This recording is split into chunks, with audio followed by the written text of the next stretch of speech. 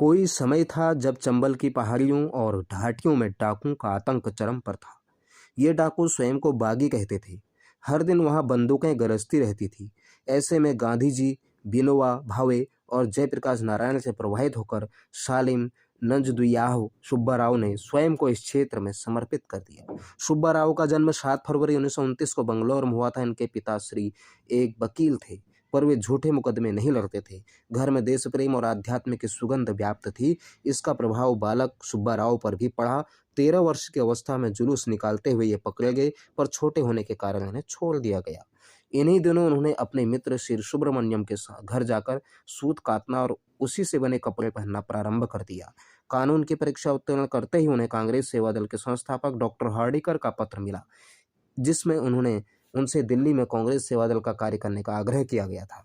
दिल्ली में सेवा दल का कार्य करते हुए वे कांग्रेस के बड़े नेताओं के संपर्क में आए, पर उन्होंने सत्ता की राजनीति से दूर रहकर युवाओं के बीच कार्य करने की प्राथमिकता दी। उन्होंने आजीवन अविवाहित रहने का संकल्प लेकर सादा जीवन उच्च विचार को अपने जीवन में स्थान दिया। वे सदा खादी की खाकी निकर और कमीज पहनते हैं। उनके पास एक निजी संपत्ति के नाम पर खादी के 2 थैले रहते हैं।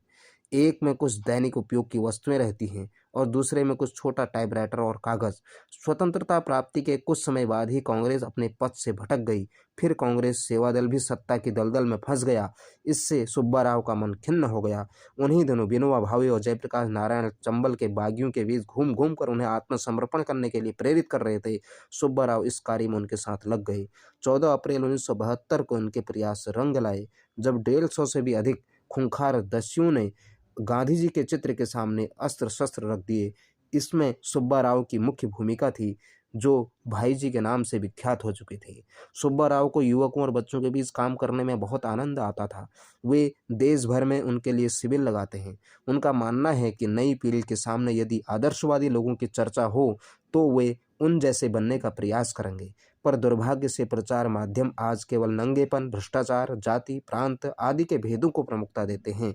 इससे उन्हें बहुत कष्ट होता है। आगे चलकर बागियों के आत्मसमर्पण का अभियान भी राजनीति की भेंट चल गया, पर सुब्बा राव ने इससे निराश न होते हुए 27 सितंबर 1970 को चंबल घाटी के मुरैना जिले में जोरा ग्राम में महात्मा गांधी सेवा आश्रम की स्थापना की।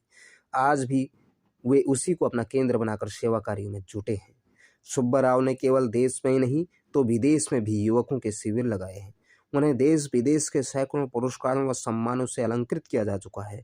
इससे प्राप्त राशि वे सेवा कार्य में ही खर्च करते हैं। चरैवेति के उपासक सुब्बा राव अधिक समय कहीं नहीं रुकते हैं। एक शिविर समाप्त होने पर वे अगले शिविर की तैयारी में लग जाते हैं।